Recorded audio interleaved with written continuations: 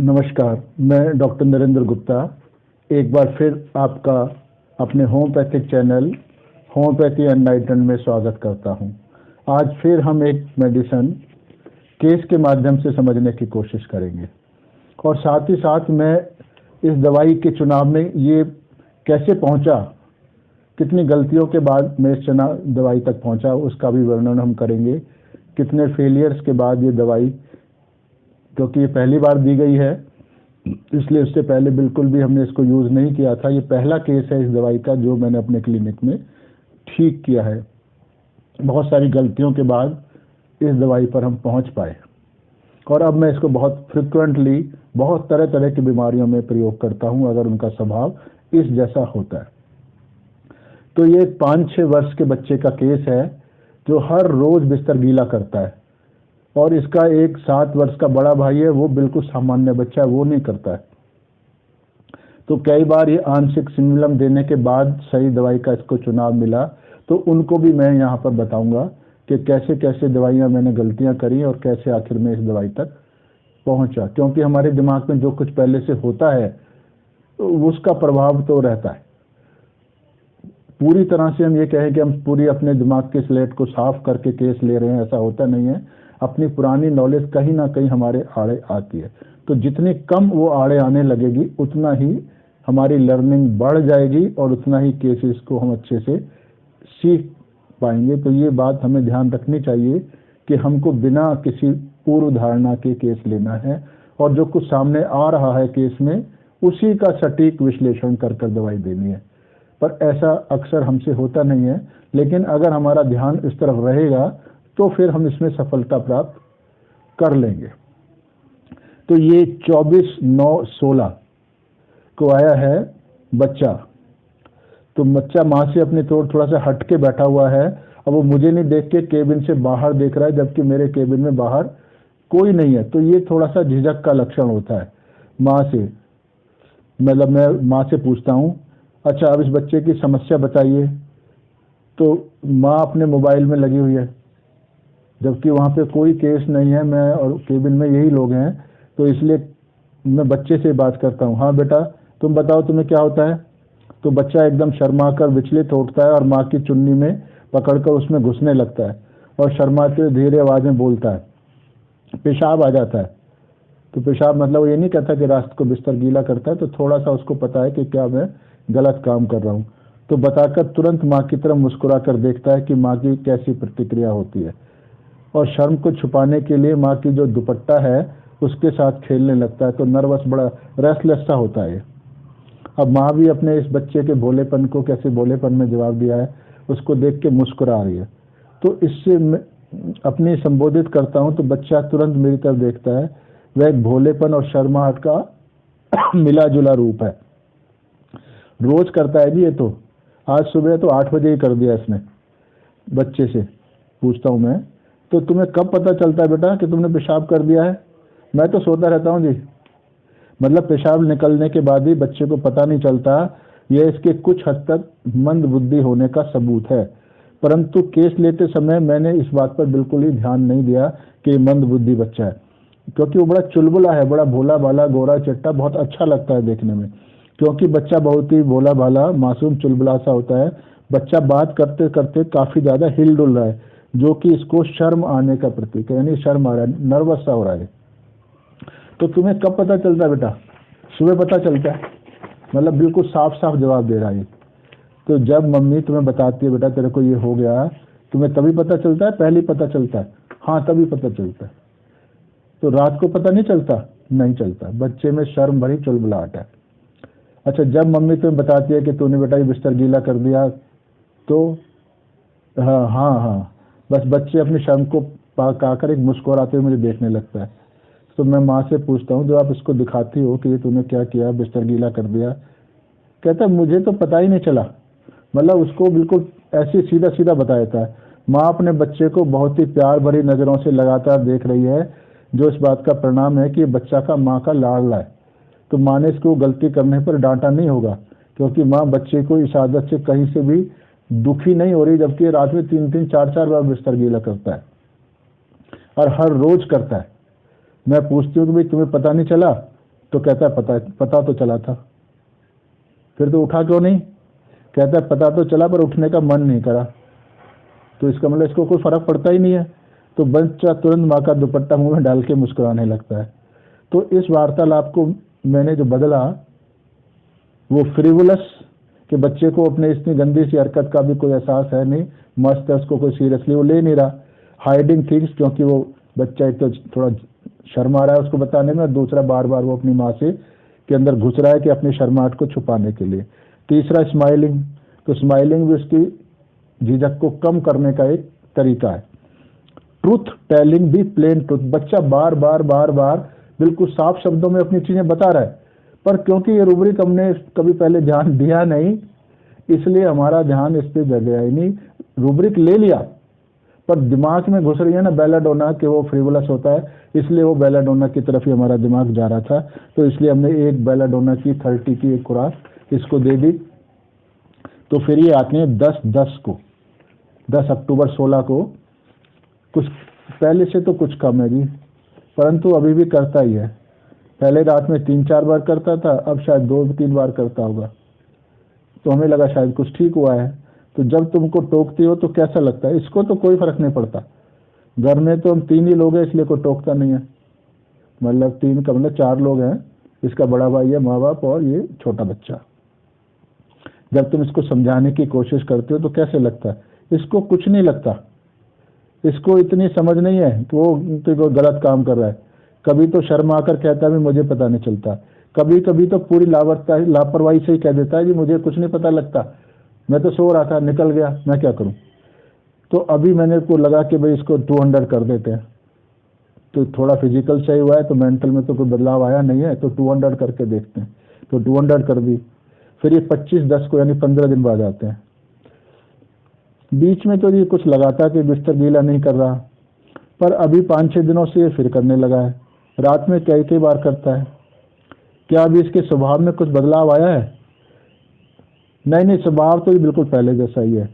इसको कुछ भी फर्क नहीं पड़ता, उसने बिस्तर गीला किया नहीं किया कोई शर्म नहीं आती उसकी तरफ से। तो बस ऐसा ही है कि बिस्तर गीला हो गया तो हो गया, इसको बिल्कुल ये नहीं है कि करना गलत काम किया नहीं किया। अच्छा, तो मैं पूछता हूँ उससे, अच्छा कभी ये बाहर वाले के सामने भी ऐसी बातें करते हो तो इसको कैसा लगता है? बाहर वालों के सामने हम बात नहीं करते, तो तभी करते हैं जब ये घर में नहीं होता है, इसके सामने कभी नहीं बात करते हैं। पर एक बात है कि अपने पड़ोसी के घर सोता है तो वहां नहीं करता है। वहां क्यों जाते हुए अब मेरे को लगा कि बच्चा पड़ोसी के घर जाके सोता क्यों है? इतना छोटा बच्चा नॉर्मली पड़ोसियों के घर नहीं सोता है, वहां जाकर ये क्यों सोता है, क्या करता है ये? हाँ हाँ, वहां जाकर तो ये अपने घर की तरह सो जाता है, वहां रात को भी सो जाता है। ये तो बहुत ही आश्चर्यजनक बात है कि जितना छोटा बच्चा रात को अपनी माँ के को छोड़ के पड़ोसी के घर जाके सो जाए, और वो पूरी रात मस्ती में, तो अपनी इच्छा से कैसे सो सकता है? वो कहते हमारे बराबर वाला ही फ्लैट है, उनको वो बड़े अच्छे लोग हैं, शुरू से उन्होंने उसी को पाला है, उस औरत को भी माई कहता है। तो मैंने कभी उसका कोई बच्चा नहीं है जो इतना प्यार करते हैं इससे, वो उनकी एक बड़ी लड़की है, वो भी इससे बहुत बड़ी है। तो वहां जाके तो जिद करता है। कैसे जिद करता है वो? जैसे मैं तो ये हमारे घर में एसी कूलर है एसी है, पर मैं चलाती नहीं हूँ उसको, पर ये वहां जाके तो उनसे जिद करके कूलर एसी चला के मस्ती में सोता है, और पूरी पूरी रात वहीं सोता है। वो सारी जिद इसकी मानते हैं, मैं इसकी जिद पूरी नहीं करती हूँ, इसलिए वहीं रहता है ज़्यादातर। पर 2-3 दिन तो उनके घर में भी कर दिया था 2-3 बार तो इसने। तो इस बच्चे का स्वभाव पूरी तरह से बेलाडोना जैसा लग नहीं रहा, क्योंकि बेलाडोना इस किस्म से दूसरे के घर जाके नहीं सोएगा ये, और ना ही वो जिद करेगा पड़ोसी के घर जाकर वो, बल्कि उसको इतनी समझ होती है कि कहाँ पर क्या काम करना है, यानी उसका ऑब्जेक्टिव रीजनेबल होता है। वो मूर्खों की तरह दूसरों के घर जाके नहीं सोएगा, और ना ही वहाँ जिद करेगा। तो जिद करना कोई समझदारी का लक्षण नहीं है, वो भी दूसरों के घर। परंतु बच्चे का इस प्रकार का दूसरों के घर जाकर सो जाना, यह दर्शाता है कि वो अंदर से बहुत भोला है, नाइव और क्रेडुलस है, अथवा उसके पास हालात को समझने की बुद्धि नहीं है, इम्बेसिलिटी और नाइव है। अब मैंने इन रूब्रिकों के आधार पर जो दवाई बनाई, और फिर बेलाडोना, ये रूब्रिक लिए हैं, पर दवाई फिर भी मैंने बेलाडोना 1 mg दी। मुझे लगा शायद कुछ ठीक हो रहा है। अब 10-11 यानी लगभग 1 महीने के बाद ही फिर आते हैं, डॉक्टर साहब कुछ दिनों तक नहीं किया, पर अब तो ये फिर हर रोज करता है। इसकी आदत से तो बहुत दुखी हो गई हूँ, क्योंकि अब माँ आदत से अब दुखी इसलिए होने लगी है क्योंकि इलाज से इसको कोई फ़ायदा नहीं हो रहा है, तो उसको लग रहा है कि यार अब तो बड़ी मुसीबत आ गई। पहले लग रहा था कि इलाज से फ़ायदा हो जाएगा तो ये दुखी नहीं थी। मैं माँ को समझाता हूँ भाई धीरे धीरे ठीक हो जाएगा, माँ इससे बहुत दुखी लग रही है। अब मैंने कल इसको डांटा तो वह बहुत देर तक नाराज़ होकर लेटा रहा। इसके बड़े भाई ने बोल दिया कि तू बिस्तर कर लेगा तो मैं बाहर सबको बता दूंगा। इस पर वह बहुत दुखी होकर अंदर जाकर लेट गया। कहने लगा मुझे पता नहीं चलता, अगर पेशाब निकल जाता तो मैं क्या करूं। तो उस टाइम ये दुखी हो रहा था। यह तो मुझे भी मालूम है कि उसको पता ही नहीं चलता, क्योंकि कई बार रात को उसको जब मैं आवाज़ लगाती हूँ उठ जा पेशाब करके आ, तो तुरंत ही जाके पेशाब कराता है। पर उसके दिमाग में ये सब बात ज़्यादा देर टिकती नहीं है कि इसको डांटा, बिस्तर गीला किया। वह बच्चा है, थोड़ी देर में सब भूलकर फिर पहले की तरह मस्त हो जाता है। तो अब माँ के बताए लक्षणों को फिर मैंने रूब्रिक बनाए। एक सीक्रेटिव हमने इसलिए ले लिया कि वो दूसरों के सामने बताने देना नहीं चाहता, और सेंसिटिव ओपिनियन टू अदर्स के भी दूसरे क्या सोचेंगे उसके बारे में। हाइडिंग हिमसेल्फ, उन सबसे छुपा रहा है। Shameless in bed. Bed in means बिस्तर बेशर्म, अर्थात जब बिस्तर में होता है तो अपनी उपयुक्त परिस्थिति में वो सब कुछ करता है, लेकिन जहाँ उसको समाज के सामने आता है तो फिर वहाँ गरिमा में बर्ताव करता है। अफेक्शनेट, सबसे अच्छा बर्ताव करता है। तो इन अब मैंने बेलाडोना का रास्ता बदल दिया, क्योंकि उसमें एक डिग्निटी वाला और सीक्रेटिव वाला और ओपिनियन वाला भी चैप्टर जुड़ गया। तो इसलिए अब मैंने इसको नेट्रम्योर 200 की खुराक दी। तो ये फिर कुछ दिनों बाद आते हैं 22 जनवरी को। तब बच्चा माँ के साथ आया हुआ है। सर शुरू में तो लगा था कि ये कुछ कम कर रहा है, परंतु अब तो ये फिर वैसे ही करने लगा है। अब मैं बच्चे से पूछता हूँ, बच्चा बिल्कुल मस्त बैठा है, उसको बिल्कुल झिझक फिकर कुछ नहीं है। तुझे कब पता चलता है बेटा तूने बिस्तर गीला कर दिया? सुबह पता चलता है। बिल्कुल स्पष्ट, बिना किसी झिझक के जवाब दे रहा है वो। यह अंदाज उसके नेट्रम्योर से अलग करता है, क्योंकि नेट्रम्योर अपनी किसी भी कमजोरी को सबके सामने इतना ओपनली नहीं लाता है। पर क्योंकि जब हमें दवाई समझ नहीं आ रही होती है तो हम इन सब बातों को इग्नोर करके उधर ही घुस जाते हैं। ये हमारी अपनी कमजोरियां हैं जिन पर काबू पाना जरूरी होता है। क्योंकि नेट्रम्योर अच्छा है तो वो डिग्निफाइड बर्ताव करता है सबके सामने। हमने ऊपर लिया भी है डिग्निफाइड।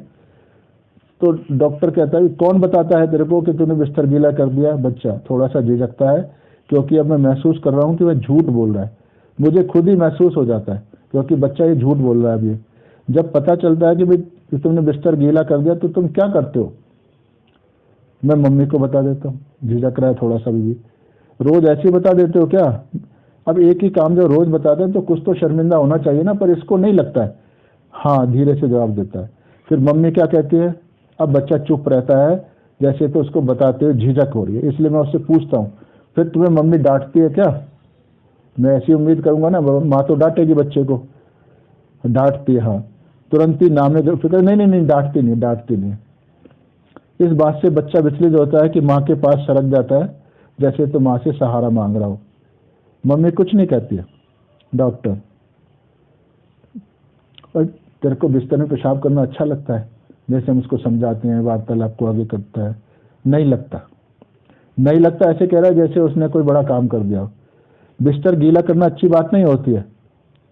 बच्चा जोर जोर से दोनों तरफ गर्दन हिलाकर जवाब देता है, जैसे तो उसको अपनी शहादत के बारे में बताते हुए कोई शर्म ही महसूस नहीं हो रही है। माँ, यहाँ पर तो इसको जरा सी भी शर्म महसूस नहीं होती है। घर में नहीं होती है, मतलब, पर ये जब गांव जाता है मामा के घर तो वहाँ ये डायपर पहनकर सोता है, और डायपर भी छुप कर पहनता है। और सुबह जब उठता है तो सबके सामने अपना डायपर नहीं उतारता, वहाँ भी ये छुप के उतारता है। तो इसको वहाँ तो शर्म लगती है। अब मैं उससे पूछता हूँ तू छुप के क्यों उतारते हो? बच्चा बेचैन होकर माँ से सट जाता है और बाहर की तरफ देखते हुए जवाब देता है, वैसे ही। मतलब उसको समझ नहीं आ रहा कि ऐसा वो क्यों करता है। माँ, ये सबके सामने नहीं निकालता, छुपा कर निकालता है। तो बच्चा ऊपर छत की तरफ देखने लगता है, जैसे तो वो कि ये सब उसको लग रहा है कि भाई ये सब बात यहाँ भी खुल रही है तो अच्छी नहीं है, यानी शर्म महसूस हो रही है। तो इसका मतलब शर्म हो रही है, सबके सामने अपनी पोल खुल रही है, शर्मा रहा है। तो हमें लगा यार फिर नेट्रम्योर ही हो सकती है। तो नेट्रम्योर 1 mg की हमने इसको एक खुराक और प्लस से वो दिया। परंतु इसमें देखने वाली बात यह है कि नेट्रम म्योर की जो डिग्निटी है, जो इंडिग्नेशन फीलिंग होती है अपनी कमियों पे, वो इसमें बिल्कुल नहीं है। तो नेट्रम म्योर को ये सारी चीजें कंट्राडिक्ट कर रही हैं, पर मैकेनिकली नेट्रम म्योर आ रही है तो हमने उसको नेट्रम म्योर प्रिस्क्राइब कर दी। अब दूसरी किसी मेडिसिन की तरफ ध्यान नहीं जा रहा है, क्योंकि हमारा दिमाग तो ब्लॉक्ड है कि नेट्रम म्योर हो सकती है। वो दायरे से बाहर जाके हम सोच ही नहीं पा रहे हैं। फिर 29 जनवरी को आते हैं लोग, माँ ये कहती है ये तो जी बिल्कुल वैसा ही करता है, इसको घर वालों के सामने कोई शर्म नहीं लगती, और जब बड़ा भाई कहता है तो बिस्तर गीला करेगा, मैं बच्चों को बता दूंगा, फिर ये रोने लगता है, फिर कहता है बाहर मत बताना। तो जैसे अपने मामा के घर छुप कर डायपर पहनता है निकालता है डॉक्टर, मतलब इसको समाज के सामने भेद खुल जाने का डर है, तो इस बात का डर रहता है कि इसको फिर हमने नेट्रम म्योर 10M दे दिया। अब ये कमजोरी दिखाना नहीं चाहता, तो ये नेट्रम म्योर का लक्षण है, पर बाकी लक्षण मिल नहीं रहे हैं। पर एक लक्षण को हम ज्यादा इंपॉर्टेंस दे के फिर नेट्रम म्योर दी। फिर ये 10 फरवरी को आते हैं, अब ये फिर अपनी माँ के साथ ही आया बच्चा, तो सब पहले जैसी चुलबुलाहट, बेशर्मी, बेझिझक, सब कुछ एज इट इज है जैसा पहले दिन मैंने इसको देखा था। इसके स्वभाव में जरा सा भी परिवर्तन मुझको नहीं लग रहा है। अब मैं पूछता हूँ बच्चे से, कैसे हो? ठीक हूँ। बिस्तर गीला करना वो कैसा है? अभी भी करते, छोड़ दिया? थोड़ा सा करता हूँ, थोड़ा थोड़ा छोड़ दिया, थोड़ा थोड़ा तो करता हूँ मैं भी। तो मैंने कहा यार ये थोड़ा थोड़ा क्या होता है भाई? तो उसकी माँ बताती है, मैं इसको जब कहती हूँ भाई आज ये पूछता है सुबह उठ के कि तूने किया? माँ मैंने किया। तो मैं इसको कहती हूँ, कभी कहती हूँ हाँ किया, कभी कहती हूँ नहीं किया, तो खुश होता है।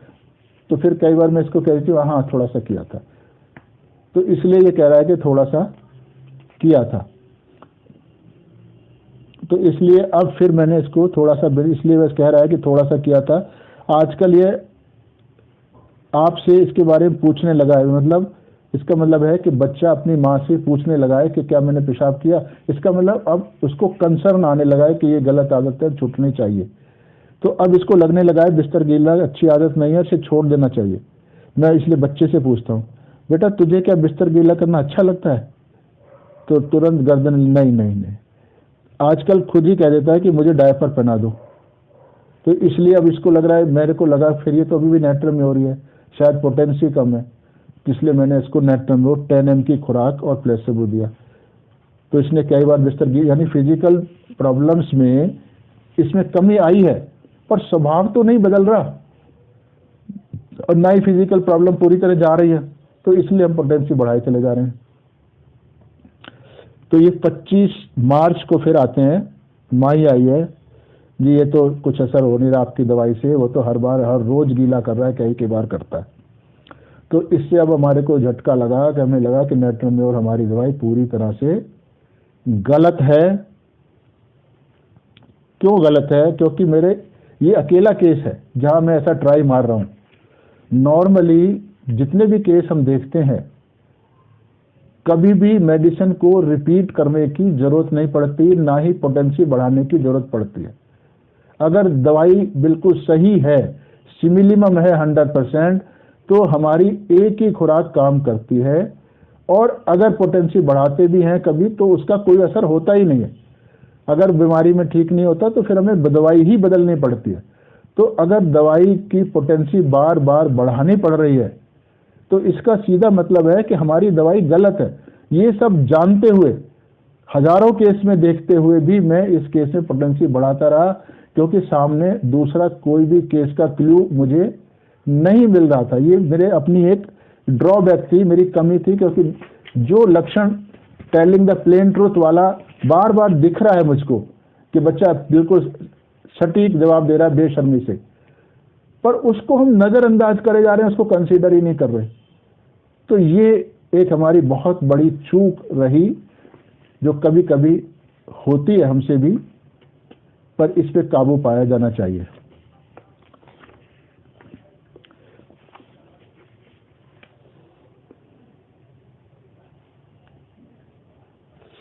तो 10/6/17, अब ये 10 जून को अपनी दादी और बड़े भाई के साथ आता है।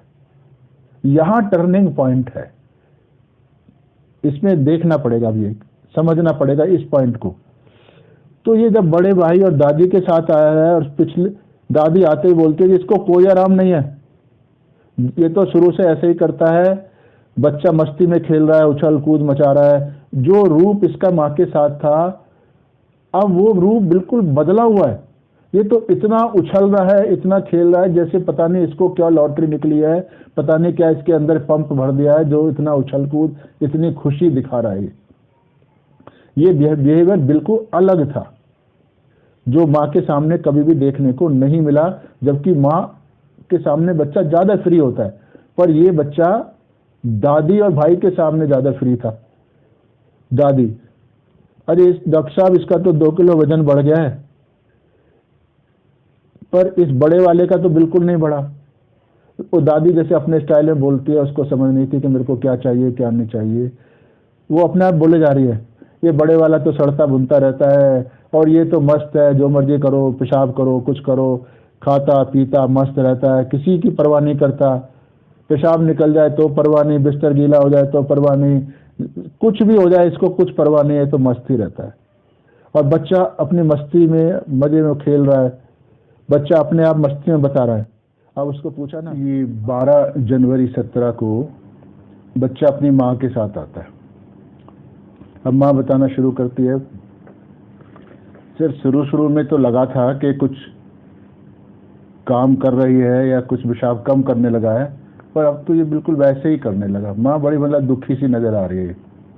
तो मैं बच्चे से पूछता हूँ, क्योंकि बच्चा सामने है, क्योंकि बच्चा बिल्कुल मस्त बैठा हुआ है, उसको बिल्कुल ऐसा कोई झिझक नहीं है कि वो पेशाब करता है। नॉर्मली बच्चों में थोड़ा सा झिझक होती है, चाहे बच्चा कितना भी छोटा हो, तो इसमें तो झिझक का बिल्कुल जरा सा भी कोई लक्षण है नहीं।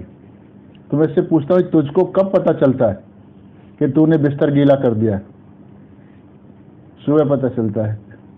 हंसता है, बिल्कुल स्पष्ट, बिना किसी झिझक के मुस्कुराकर जवाब देता है।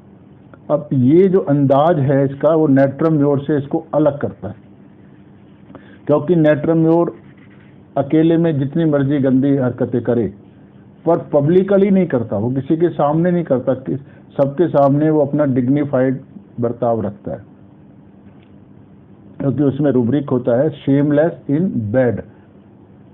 मतलब बेड एक ऐसी जगह होती है कि जहां पर आप अपने कमरे में बेड में अकेले ही होगे, तो वहां ये शेमलेस मतलब जो कुछ भी कर सकता है, वह कुछ भी हरकत करने में इसको कोई शर्म लिहाज नहीं आता। इसका मतलब है कि जो इसका कंफर्ट जोन होता है, यानी अपना फ्रेंड सर्कल हुआ, अपने जानकार लोग हुए, तो वहाँ ये खुल के, जहाँ इसके बारे में सब कुछ लोगों को मालूम है, कोई सीक्रेसी नहीं है, तो उस कंफर्ट जोन में ये खुल के कोई भी अपना point, negative point, weak point अगर सबके सामने आ रहा है, तो इसको फिर वहाँ परवाह नहीं है। वहाँ ये अपने असली रूप में होता है, जो भी इसका असली रूप है, वो डिग्निटी विग्निटी वहाँ सब गायब हो जाती है। तो मैं बच्चे से पूछता हूँ, कौन बताता है तेरे को? अब थोड़ा सा झिझकता है, क्योंकि अभी महसूस कर रहा है कि पहले इसने झूठ बोला है, मुझे खुद ही महसूस हो जाता है। तो जब पता चलता है तो तुम क्या करते हो बेटा? मैं मम्मी को बता देता हूँ, इसमें झिझक रहा है। तो रोज ऐसे ही बता देते हो कि मतलब रोज पेशाब किया, रोज बता दिया कि भाई आज भी मैंने कर दिया है? तो हाँ, रोज बताया। तो थोड़ा झिझक के जवाब देता है, उतना मुस्कुराता नहीं है ये। फिर मम्मी क्या कहती है? अब बच्चा चुप रहता है, जैसे तो बताते उसको झिझक हो रही है, इसलिए मैं स्वयं उससे पूछता हूँ, फिर तुम्हें मम्मी डांटती है क्या? बच्चा, डांटती है। नहीं नहीं नहीं, डांटती नहीं, बिल्कुल नहीं डांटती है। तो बच्चा अब इसमें ऐसे लगता है कि ये उसका कोई अचीवमेंट है, भला करना भी, यार डांट नहीं पड़ रही तो उसके लिए उसको बहुत ही शर्मिंदगी नहीं, बल्कि कोई अच्छा ही काम है, अच्छा नहीं है तो न्यूट्रल काम है।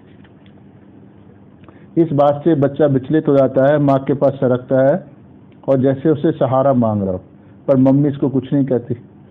मम्मी का जैसे लाडला है। तो मैं उससे फिर पूछता हूँ, तुझको बिस्तर में पेशाब करना अच्छा लगता है क्या? बच्चा कहता है नहीं, बिस्तर गिरला करना अच्छी बात नहीं होती है। अब बच्चा जोर जोर से दोनों तरफ गर्दन हिलाकर जवाब देता है, जैसे तो उसको अपनी इस आदत के बारे में बताते हुए कोई शर्म वगैरह भी महसूस नहीं हो रही है। मतलब बड़े जोश में बता रहा है कि नहीं, बिस्तर गीला अच्छा करना अच्छी बात नहीं होती है। माँ, यहाँ पर तो इसको जरा सी भी शर्म, यहाँ का मतलब अपने घर में तो इसको जरा सी भी शर्म महसूस नहीं होती है। पर जब हम गांव गए थे तो वहाँ पर ये डायपर छुप कर पहनता था कि किसी को पता न चल जाए कि इसके डायपर पहना हुआ है। तो इसका मतलब है कि दूसरों के सामने में अपनी बात को ये खुल के सामने नहीं लाने देना चाहता। घर उसका अपना जगह है, इसलिए वहाँ शर्मिंदा नहीं है ये। तो अब मैं बच्चे से पूछता हूँ, बेटा तुम इस डायपर छुप कर क्यों पहनते हो? अब बच्चा बेचैन सा होकर माँ से सट जाता है जैसे जवाब नहीं देना चाहता। तो बाहर की तरफ देखते हुए जवाब देता है वैसे ही, मतलब वो फेस नहीं कर रहा है मेरे को भी, मतलब उसको ये समझ नहीं आ रहा कि ऐसा वो क्यों करता है। एक तो वो समझ नहीं आ रहा और दूसरा वो मेरे को थोड़ा सा फेस नहीं कर रहा है, पर उसके चेहरे पे वो मुस्कुराहट सी है, यानी उतना इसको गंभीरता पूर्वक नहीं ले रहा वो कि डायपर छुप के पहनता है, यानी वो उतनी समझ उसको नहीं है। और जब ये डायपर सुबह निकालता है तो भी ये छुप कर निकालता है, सबके सामने नहीं निकालने देता। तो माँ सबके सामने नहीं निकालता है, छुपा कर निकालता है। बच्चा ऊपर छत की तरफ देखे जा रहा है जैसे तो वो अपनी प्रतिक्रियाओं को देखना ही नहीं चाहता, शर्मिंदगी महसूस कर रहा है। परंतु क्या जवाब देना है यह बात उसको समझ नहीं आ रही है, यानी इसको काउंटर कैसे करना है या इसको क्या एग्जैक्ट वजह है ये उसको नहीं समझ आ रही है। तो अब ये जो झिझक है छुप के डायपर पहनना और निकालना, ये फिर इसको हमें डाउट होता है कि फिर ये अपनी बात को सबके सामने नहीं लेना चाहता। तो इसलिए हमने फिर इसको नेट्रम्योर 1 mg की एक खुराक दे दी। अभी नेट्रम्योर हमारे दिमाग से निकली नहीं है और इसको प्लेसेबो दे दिया गया।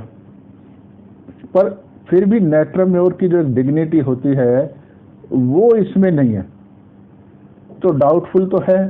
पर क्योंकि और कोई मेडिसिन हमारे दिमाग में नहीं आ रही है और सिम्टम्स को हम समझ नहीं पा रहे हैं, तो हम इसी दवाई पे अड़े हुए हैं, अटके हुए हैं। फिर ये 29 जनवरी को आते हैं, दवाई का कुछ असर होता नहीं। अभी तो वैसा ही है, उसके घर वालों को सामने कोई शर्म नहीं लगती है। पर जब बड़ा भाई कहता है इसका कि तू बिस्तर गीला करेगा तो मैं सब बच्चों को बता दूंगा, तो ये रोने लगता है, नहीं नहीं नहीं बाहर मत बताना। अब हम लोग इसके मामा के घर पे गए थे तो वहाँ ये डायपर छुप कर पहनता था और छुप कर निकालता था। तो इसका मतलब हो गया कि समाज के सामने भेद ना खुल जाए, तो इसे इस बात का डर रहता है। अभी इसको नेट्रम्योर 10 mg की फिर हमने खुराक दे दी, क्योंकि अभी ये सीक्रेसी उसके अंदर है। तो हमें लग रहा है कि शायद नेट्रम्योर हो गई, क्योंकि ये बाहर वालों के सामने अपनी कमजोरी दिखाना नहीं चाह रहा है। फिर ये 18 फरवरी को आते हैं, 18 दिन के बाद। तो बच्चा अपनी माँ के साथ आया है, उसमें पहले जैसी चुलबुलाहट है, कैसे हो बेटा, ठीक हो?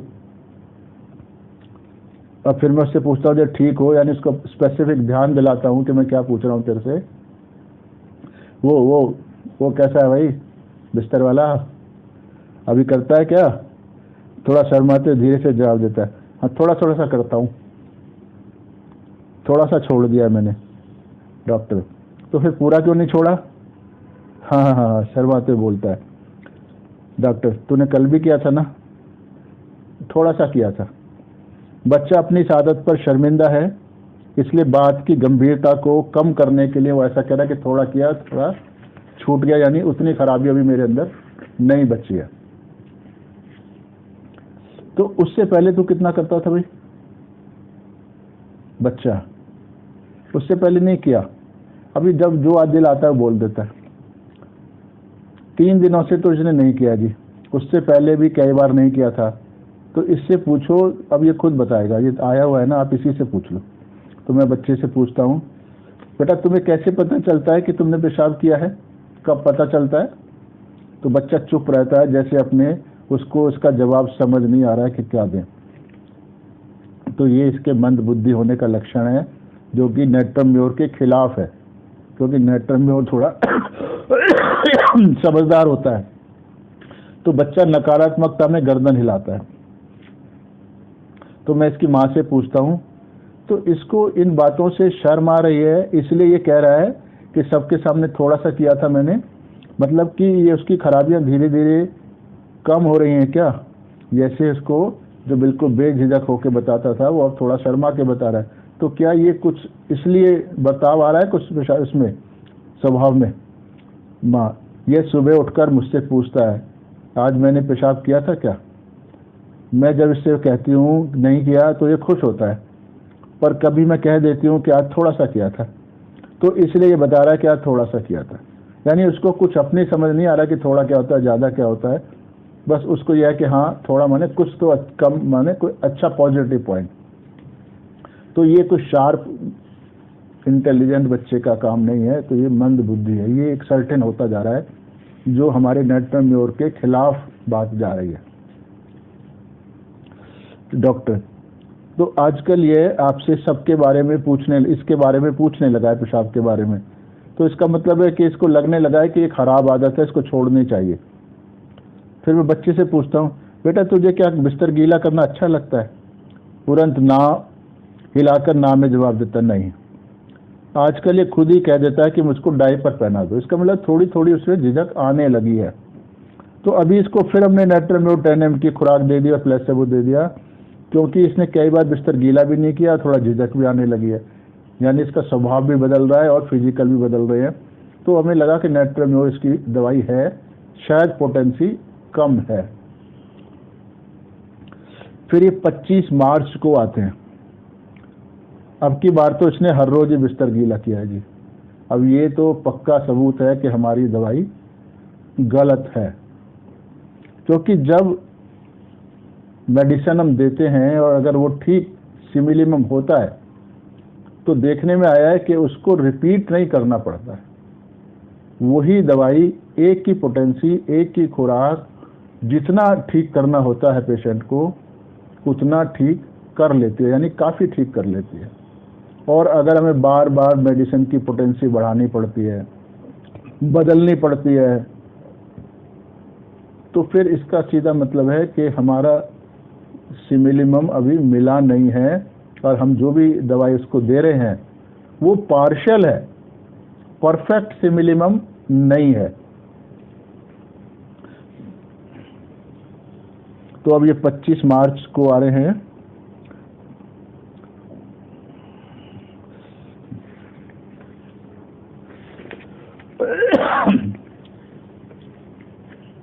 अब दो चीजें पर हमें फंसे हुए हैं। एक तो बच्चा मस्ती में खेल रहा है, कभी वो मस्ती में खेलता है तो कभी वो झिझक के करके बात करता है। वो तो बिल्कुल क्लियर कट नहीं हो पा रहा कि ये नेट्रम्योर है, क्योंकि नेट्रम्योर की जो चीजें होती है डिग्निटी और चीजें वो इसमें है नहीं।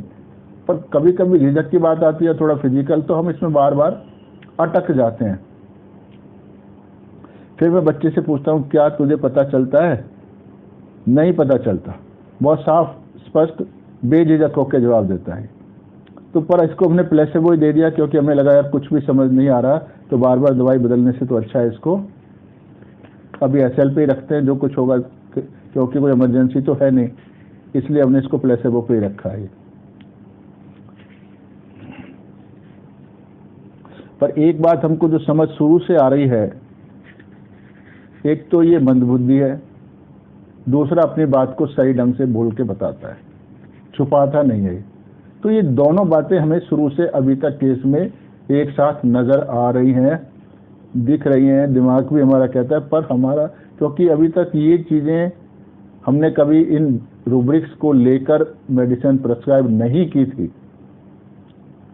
तो हमारा दिमाग इन दोनों बातों पे को उतना महत्व नहीं दे पा रहा जितना हमें देना चाहिए। तो ये हमारे प्रेजुडाइज होने का लक्षण होता है। तो हमें इन्हीं दो पॉइंट पे फोकस करना चाहिए था जो शुरू से अभी तक केस में चली आ रही है, पर एग्जैक्टली रूब्रिक मालूम भी नहीं है, तो फोकस हम कर नहीं पा रहे थे। तो अब ये 10 जून को अपनी दादी और बड़े भाई के साथ आता है। माँ किसी वजह से नहीं आ पाई है, क्योंकि इसकी दादी गांव से आई है, तो ये उसके साथ आ गया। दादी तो जैसे दादियां होती हैं, आते ही उसने कहना शुरू कर दिया जी ये आपकी जितनी भी दवाई है ना, ये उनसे कोई आराम नहीं आ रहा है इसको। और बच्चा अब तो एक बिल्कुल नए रूप में सामने आया है, उछल रहा है, कूद रहा है, मस्ती मार रहा है, जैसे तो मतलब पता नहीं उसको क्या हो रहा है। कोई शर्म लिहाज उसमें जरा भी है ही नहीं कि वो किस बीमारी के इलाज के लिए आया है। और ये रूप उसका अभी तक माँ के सामने नहीं था। माँ के सामने कम से कम बच्चा अपने माँ के पास या माँ से चिपका हुआ बैठा रहता था और पूछने पे जवाब दे देता था, नहीं तो ये इधर उधर देखता रहता था, मुस्कुराता रहता था, थोड़ा सा चुलबुलाहट में ऐसे ऐसे करता रहता था। पर इतना उछलना कूदना इसने पहली बार मैंने इसका देखा। दादी, अब दादी ने बच्चे को तो इतना ही बता दिया कि इसको कोई आराम नहीं आया, मुझे वो दिख रहा है। तो दादी बोलती है, भाई ये जो बड़ा भाई है ना जी, इसका ये तो इसको भी कोई दवाई दो, ये तो इसका तो बिल्कुल ही वजन बढ़ता नहीं है, क्योंकि तो कुड़ता रहता है। ये छोटे वाले का, इसका तो उल्टा 2 किलो वजन बढ़ गया है, क्योंकि ये तो खाता है, पीता है, मस्त रहता है, ये तो किसी की परवाह करता नहीं है। इसको कुछ भी कहो, कैसा भी कहो, इसको कोई परवाह नहीं है जी। इसको 10 बार पेशाब कर देगा बिस्तर में तो इसको कुछ मस्त रहता है, यानी इसको कोई फर्क पड़ता ही नहीं। हर हालात में ये मस्त रहता है। तो बच्चा अपनी मस्ती में बता रहा है, मुझे तो पेशाब का पता ही नहीं चलता और ना ही टाइम का पता चलता है। मतलब रात को मैंने कब पेशाब किया, कितनी बार किया, क्या किया, कर दिया, तब भी इसको पता नहीं चलता। ये ऐसे बता रहा है कि जैसे इसको बहुत बड़ा, मतलब इसमें कोई खराबी नहीं बल्कि कोई बड़ी चीज है। मतलब जरा भी उसको समझ आ नहीं रही है कि कर क्या रखा है, ये कितनी खराब चीज है। तो मैंने किस समय पेशाब कर दिया, बच्चा खुशी से उछल रहा है क्योंकि उसके ऊपर उसकी माँ का अब जरा भी दबाव नहीं है। अब ये समझ आया है कि बच्चा पड़ोस में जाके क्यों सो जाता है, क्योंकि यहाँ माँ का, इसका मतलब उसके ऊपर प्रेशर काफी रहता है। देखने में वो लाड़ प्यार वाला लग रहा था, पर जब दादी के साथ इतना उछल रहा है और माँ के सामने ऐसा कभी नहीं उछला, तो सीधा साधा मतलब है कि उसका माँ का प्रेशर बच्चे पे रहता है। उसी से बचने के लिए बच्चा पड़ोसियों के घर चला जाके सो जाता है, जबकि वहां पर इसका मतलब कोई प्रेशर उसके ऊपर नहीं होता है। तो क्योंकि उसके दादी माँ और बड़े भाई का उसके जैसे दोस्तों जैसी हैं, वो प्रेशर ही कोई नहीं है। जहाँ दोस्त का मतलब जहाँ कोई प्रेशर नहीं, आप मस्ती में जो कुछ करना चाहते हो कर सकते हो, उनसे कोई शर्म नहीं, पर्दा नहीं। तो ये माँ और दादी इसके लिए दोस्त जैसी है, उसकी अपनी कंपनी है। तो मैं तो जी सारा दिन खेलता रहता हूँ। मैं उससे पूछा, भाई तू क्या करता है? सारा दिन खेलता रहता हूँ। खेलता मतलब टीवी देखता हूँ, मोबाइल गेम खेलता रहता हूँ। तो मैंने कहा, भाई तुझको मम्मी मना नहीं करती है? हाँ डांटती है, पर जब मम्मी सो जाती है तो मैं चुपके से मोबाइल निकाल लेता हूँ उसके बिस्तर में से और फिर गेम खेलने लगता हूँ। अब इसमें भी कोई इसको शर्म लिहाज नहीं आ रही है बच्चे को ऐसा क्या करता है। तो ये अपनी दिनचर्या और आदतों को बिल्कुल एक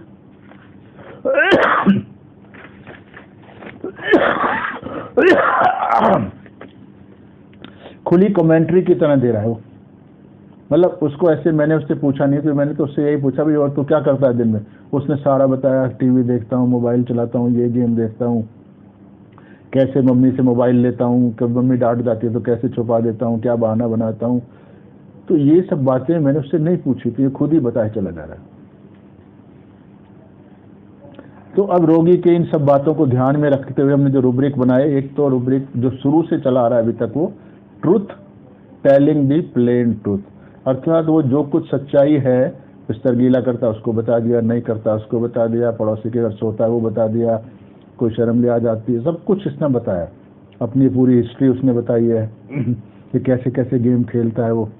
तो उसमें इधर उधर बात को घुमा नहीं रहा है वो मतलब उसको घुमाना आ नहीं रहा है, आता नहीं है, इसलिए वो सीधी सादी बात बता रहा है।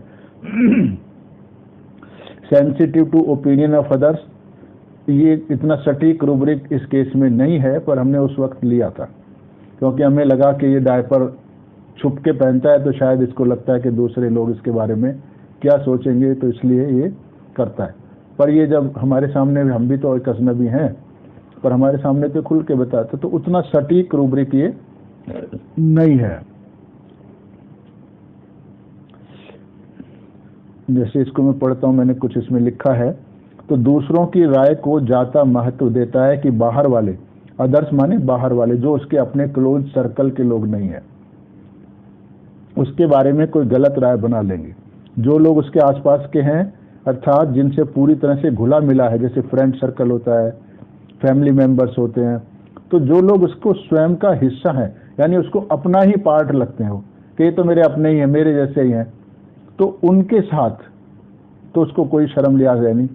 अर्थात उन लोगों में और उसके स्वयं में कोई अंतर नहीं है। यह और वो लोग उनके अपने जिस्म और एक जान, जैसे दो जिस्म मगर एक जान है हम, वो ऐसे है, यानी जैसा वो है ऐसे ही बाकी कंपनी, यानी उनको साथ कुछ भी बताया या उनसे कहा जा सकता है। तो ऐसे लोग ही उसके मित्र होते हैं, तो ऐसे लोगों की संगत में वह कुछ ज़्यादा ही खुश रहता है। परंतु जिन लोगों को वह ज़्यादा नज़दीकी से नहीं जानता, जिनसे कभी मिलता है, बहुत कम मिलता है, वो लोग इसके लिए अन्य लोग होते हैं, अदर्स, जो इसके ज़िंदगी का पार्ट नहीं है, जो इसके जैसे नहीं है, जो जिनसे इनका क्लोज संबंध नहीं है, वो अदर्स हैं। और ऐसे लोगों के साथ फिर ये सहज नहीं रह पाता। तो ऐसे लोगों को अपनी कोई भी गलत आदत के बारे में दर्शाना नहीं चाहता। तो ऐसे बाहरी लोग उसकी इन गलत आदतों के बारे में, उसके बारे में कोई गलत राय न बना लें या उस पर कोई नकारात्मक टिप्पणी ना कर दें, तो इस बात का ये विशेष ख्याल रखता है। तो यही बच्चा करता है कि मामा के घर जाके डायपर छुप के पहनता है, छुप के निकालता है। तो वहाँ क्योंकि इसके अपने लोग नहीं है, जिनको ये बिल्कुल अपने जिस्म का पार्ट एंड पार्सल मानता है, वो नहीं है, अलग है। इसलिए बच्चा अपने दोस्तों के सामने अपनी इस आदत के बारे में बताने से घबराता है, क्योंकि उनसे घुला मिला नहीं है बाहर वाले जहाँ खेलने जाता है। पर दादी और बड़ा भाई तो बिल्कुल, और माँ बाप, उनके लिए तो बहुत ही मस्त है ये ना, वहाँ तो करता रहता है। रिश्तेदारों से घबराता है, पड़ोसियों के घर भी पेशाब करने में उसको कोई झिझक नहीं होती, क्योंकि उसको भी अपना ही समझता है। तो उसके लिए दूसरे, यानी पड़ोसी भी दूसरे लोग नहीं है। तो ये इसको एक सेंसिटिव ओपिनियन के साथ साथ इसका दूसरा जो रूब्रिक बनता है, जो बहुत इम्पोर्टेंट है, इस बर्ताव को हम लेते हैं चीयरफुल कंपनी इन। तो कंपनी क्या होती है, यानी वो अपनी कंपनी में ही बहुत ज़्यादा खुश हो जाता है। तो कंपनी अब होती क्या है, इसको समझना होगा। तो ऐसी कंपनी वो होती है जिनसे उसको साथ मिलता है, जिनके साथ वो घुला मिला रहता है, उसको हम लोग कंपनी कहते हैं। जैसे मान लो आप लोग सेमिनार में आते हो तो किसी से पूछो, और भाई कैसे आई हो, मैं तो अकेली हूँ, मेरे साथ तो कोई नहीं आया। अब सेमिनार में 300-400 लोग हैं और होटल वाले हैं, सब कुछ है, पर वो कहते हैं यहाँ तो मैं अकेली हूँ। इसका मतलब है कि उसको वो भीड़ का एक पार्ट है, उस भीड़ में अपनापन नहीं महसूस हो रहा, यानी वो ऐसा नहीं लग रहा कि ये भीड़ और मैं एक ही हैं, बिल्कुल ओपन नहीं हो पा रही हो। तो जहाँ अपनापन आ जाए, जहाँ अपने साथ सुख दुख मिलजुलने की बात आ जाए, जो अपने जैसे ही हों, जहाँ कोई भी एक रेस्ट्रिक्शन ना हो बल्कि इनहिबिशन ना हो। इनहिबिशन का मतलब जहाँ हमको कोई किसी तरह की भी पर्सनल बात करने में झिझक ना आए, तो वो लोगों की कंपनी बनती है। तो इन रूब्रिकों के आधार पर इस बच्चे को बोविस्टा 200 की एक खुराक और प्लेसिबो दिया गया। अब हमें लग रहा था कि अब हम कुछ सही रास्ते पे आ गए हैं। तो इस केस में और भी रूब्रिक हैं वैसे, पर वो उतने ज़्यादा नहीं है इम्पोर्टेंट। जैसे सिक्रेटिव है, क्योंकि वो छुपा के पहनता है, चीज़ों को बताना नहीं चाहता बाहर, पर ये एग्जैक्टली मिस इंटरप्रिटेशन है उसका कि जहाँ कंपनी और के कंपनी में खुश रहता है, बिना कंपनी के खुश नहीं रहता है।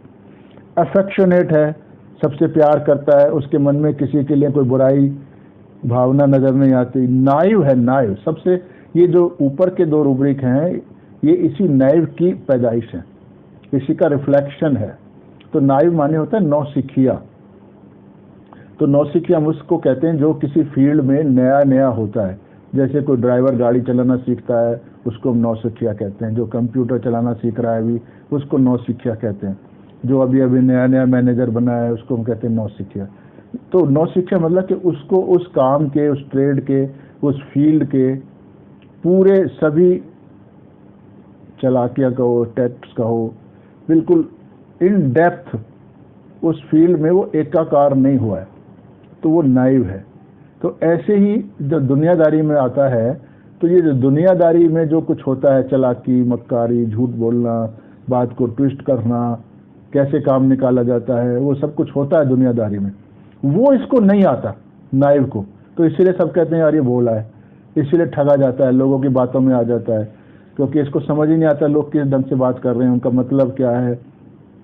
तो ये बच्चा नाइव है, क्योंकि इसको लगता ही नहीं, जब हम पेशाब करने की बात करते हैं तो इसको समझ ही नहीं आता कि ये डॉक्टर मेरे से जो पूछ रहे हैं तो ये कोई शर्मिंदा होने की बात है,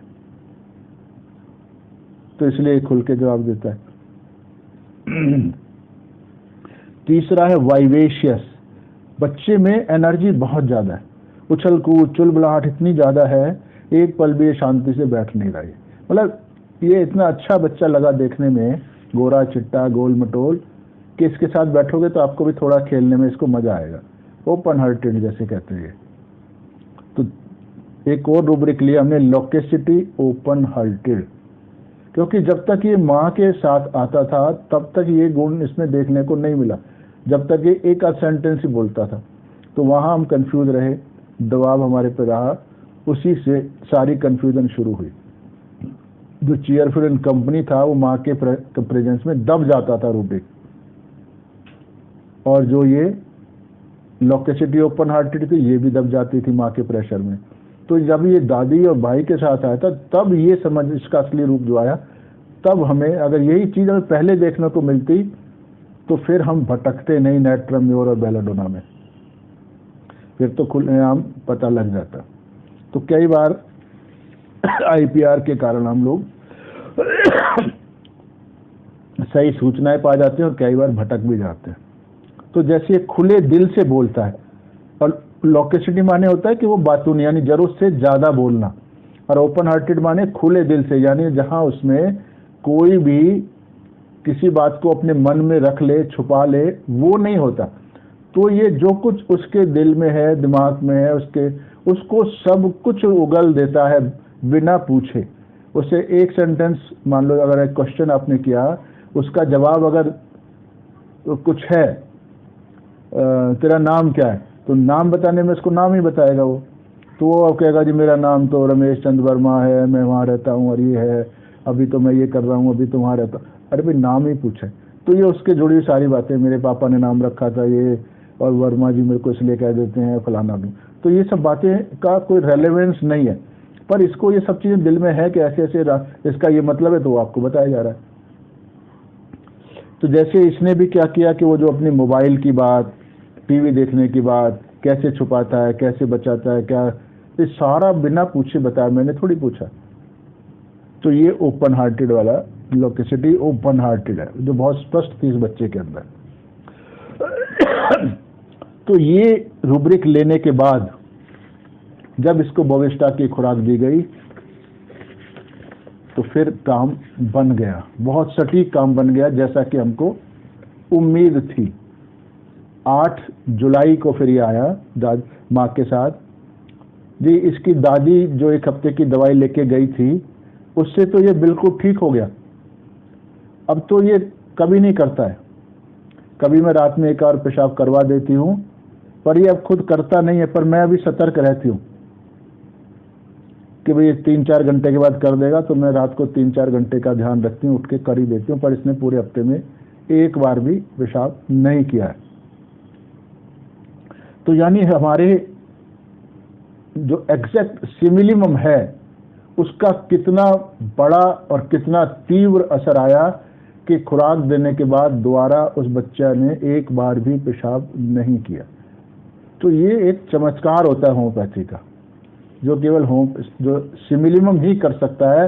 नहीं तो इसी तरह पार्शल दे दे के हम कभी पोटेंसी बढ़ाते हैं तो कभी दवाई बदलते रहते हैं, और हम सोचते हैं कि होम्योपैथी स्लो है, धीरे धीरे काम करती है। तो स्लो नहीं है, दुनिया की फास्टेस्ट पैथी है होम्योपैथी, इससे फास्ट दुनिया में कोई नहीं है। तो क्योंकि सिमिलर जो है, लॉ ऑफ सिमिलर, वो इतना फास्ट काम करता है, स्प्लिट ऑफ सेकंड, क्षण भर में दवाई का असर हो जाता है, और बहुत डिफिकल्ट केसेस में। तो ये फिर 28 जुलाई को आए हैं, ये कहते अब तो ये नहीं करता है। मैं 5:30 बजे उठी, तब भी इसने नहीं करा, ये सारा माँ बता रही है। तो मैं पर माँ इसको कह रही है भाई थोड़ा ये मोटा होता जा रहा है। मोटा होता जा रहा है का मतलब सीधा है तो नॉर्मली जो थोड़ा लेजी मतलब मंद बुद्धि बच्चे होते हैं वो उनमें ओबेसिटी की टेंडेंसी होती है। तो मैं उससे पूछ रहा हूँ भाई तो ये मंद बुद्धि होने का लक्षण है डॉक्टर? मैं उससे पूछ रहा हूँ भाई दिमाग से ये सुस्त है या चुस्त है? क्योंकि देखने में तो चुस्त लगता है, उछलता कूदता बहुत ज़्यादा है। तो माँ कहती है हाँ दिमाग से भी थोड़ा सुस्त है ये, लेकिन माँ के लिए अपने बच्चे को ऐसा बोलना कि इसका दिमाग थोड़ा कम है ये बहुत ही बड़ी बात है। इसका मतलब है कि बच्चा काफ़ी ज़्यादा सुस्त है, तब माँ थोड़ा सुस्त कह रही है उसको, वरना माँ अपने बिल्कुल बेवकूफ़ बच्चे को भी बहुत ज़्यादा इंटेलिजेंट बताते हैं। जैसे पहले भी अभी बोविस्टा का एक केस देखा था, तो उसमें भी एक 17 साल को जो जुकाम का बच्चा था, उसके बाप को, बच्चे को, माँ को, बहन को, किसी को नहीं लग रहा कि इसके दिमाग में कोई खराबी है, जबकि उसके चलने बुलने हर चीज़ में बिल्कुल वो तो लगभग बहुत ही ज़्यादा मंद बुद्धि का। ये बच्चा तो उतना है भी नहीं, मतलब दिख नहीं रहा, वो तो दिख भी रहा था। तो यहाँ तक कि मैंने देखा है ऑटिज्म का जो बच्चा बिल्कुल ही कुछ नहीं कर पा रहा है, उसको भी एक बार मैंने माँ से बोल दिया था कि भाई ये तुम्हारा बच्चा थोड़ा सा ऐसा है, इसमें थोड़ा समय लगेगा, इसका माइंड थोड़ा सा कम है। बस इससे तो माँ एकदम भड़क गई, तुम्हारे बच्चे को ऐसे कैसे बोल सकते हो, वैसे कैसे बोल सकते हो, इसमें तुमने क्या खराबी देख ली, ये नॉर्मल बच्चा तो है। जब तक बच्चा स्कूल नहीं जाता था। तो यानी माँ के लिए स्वीकार करना बहुत मुश्किल होता है कि ये मंद बुद्धि यानी बच्चे में उसके कोई डिफेक्ट है। तो ये हमेशा लेटा रहता है, टीवी देखता रहता है, बाहर खेलने नहीं जाता है, पढ़ाई का भी ध्यान नहीं रखता है। तो पर अब हमें तो जो मेन काम था वो हो गया, तो इसको प्लेसेबो दे दिया हमने। हमें लगा कि धीरे धीरे ये चीज़ें बदल जाएंगी, अगर बदलने लायक होंगी तो। ये 16/8 को फिर आते हैं भाई, इसने पेशाब इसने एक बार नहीं किया है। फिर मैं पूछता हूँ इसका स्वभाव कैसा है, क्योंकि अब हमारा ध्यान फोकस उसके पर्सनैलिटी पे है, क्योंकि पर्सनैलिटी भी बहुत बार सिमिलियम के बाद बदलती है, थोड़ी बदले या बहुत ज़्यादा बदले। वो अब तो जी वो तो बाहर खेलने जाने लगा, ऐसे दवाई से होता है क्या? मतलब कोई भी इंसान ये मानने को तैयार नहीं होता, उसको मालूम नहीं होता कि ये सब काम दवाई कर सकती है। तो जो झिझक थी बच्चे की, डर था, वो सब निकल गया। तो अब तो बाहर खेलने जाता ही है, पर वह अपने बड़े भाई के साथ जाता है। अगर इसका बड़ा भाई घर पे वापस आ जाए तो ये भी आ जाता है। तो पहले तो किसी के साथ भी नहीं जाता था। तो ये चेंज आया है, तो आगे और भी ज़्यादा चेंज आएगा। अभी इसको एसएल पे रखा गया है। फिर ये आए हैं 1/9 यानी 1 सितंबर को। जी अब तो ये कोई पेशाब कर नहीं रहा है बिल्कुल। तो मैंने कहा अच्छा इसकी दवाइयाँ बंद कर देते हैं, क्योंकि प्लेसेबो पर भी अब कब तक रखेंगे उसको। तो जब इसको कोई दोबारा दिक्कत आए तो फिर आप आ जाना। अब माँ तो एकदम घबरा, दोबारा हो सकता है? मैंने कहा नहीं ऐसे नहीं कह रहा मैं दोबारा हो जाएगा, मेरे बोला अगर आए कभी तो आना, चांस नहीं है ऐसा, अब ये ठीक हो चुका है। तो इस तरह वो कहने लगी नहीं अभी आप थोड़े दिन की इसकी दवाई दे दो, दोबारा ना हो, मैं तो इससे बड़ा परेशान हो गई थी। तो फिर हमने इसको 2 हफ्ते का प्लेसेबो दे के भेज दिया। तो इस तरह हमने, ये पहला केस है इस मेडिसिन का। तो इसलिए हमने कुछ गलतियां की शुरू में, दिखते हुए भी गलतियां की,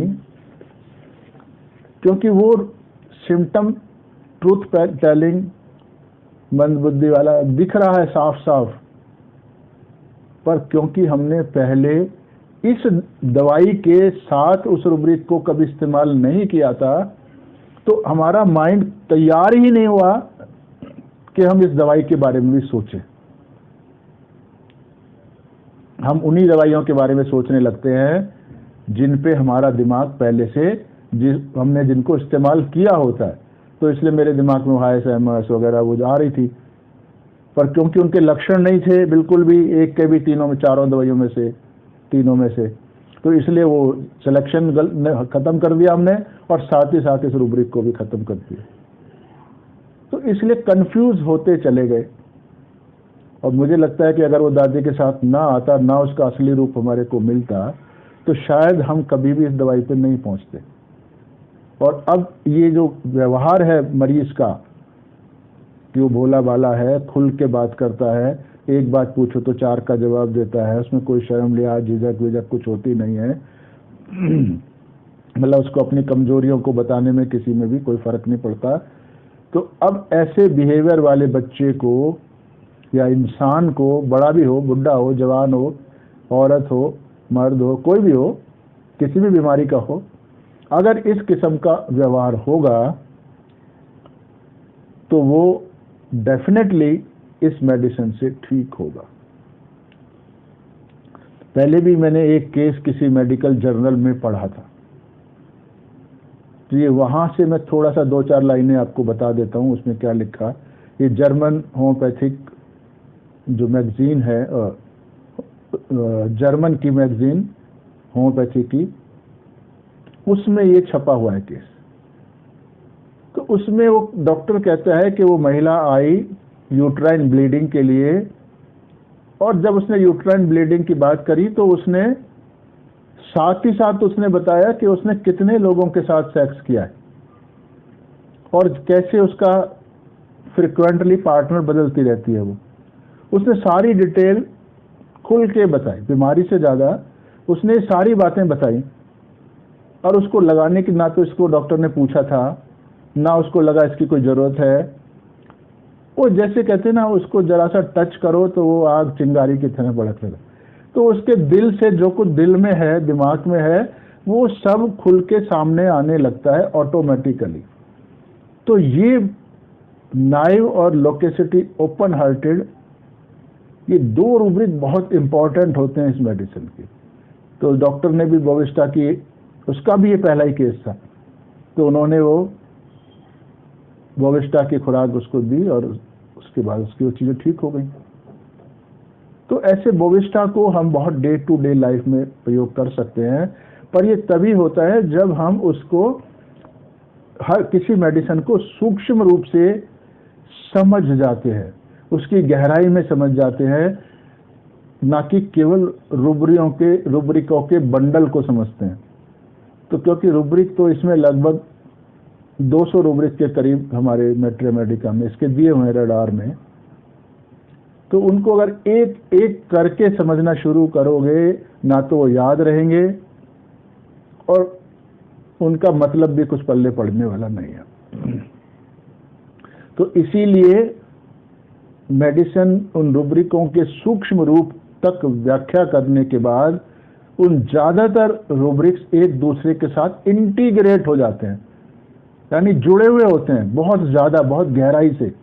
तो फिर दवाई कुछ ही लक्षणों में आके सिमट जाती है। तो इसलिए फिर देखते ही हम पहचान पाते हैं कि क्या रूब्रिक है, कैसे लेना चाहिए। तो मुझे आशा है कि इस केस के माध्यम से आपको बोविस्टा कुछ हद तक समझ आ गई होगी, लेकिन ये रोज़मर्रा की ज़िंदगी में आप तभी समझ पाओगे, इसको तभी प्रयोग कर पाओगे कि जब इस केस को सुनकर आप इसको अपने दिमाग से इस पे मनन करोगे, सोचोगे कि क्या क्या हो सकता है, कैसे हुआ होगा, इस रूब्रिक को कहाँ लगा सकते हैं, कैसे। तो ये स्पून फीडिंग से होम्योपैथी नहीं आएगी। तो आपको खुद अपना तरीका, अपने ढंग से हर केस को समझना होगा। फिर आपके लिए ये मेडिसिन एक फ्रेंड बन जाएगी, जो कि हमारे सब स्टाइलवार्ड्स ने कहा है, इसको फ्रेंड की तरह आना चाहिए। तो आप इसको सबके साथ शेयर करें ताकि सब लोग अपने क्लिनिक में इन चीज़ों का इस्तेमाल कर सकें और कॉन्फिडेंट हो सके कि हम होम्योपैथ बहुत कुछ कर सकते हैं, जो अभी उतना कॉन्फिडेंस होम्योपैथ में होता नहीं है, क्योंकि वो अपने प्रिस्क्रिप्शन के बारे में श्योर नहीं होते हैं।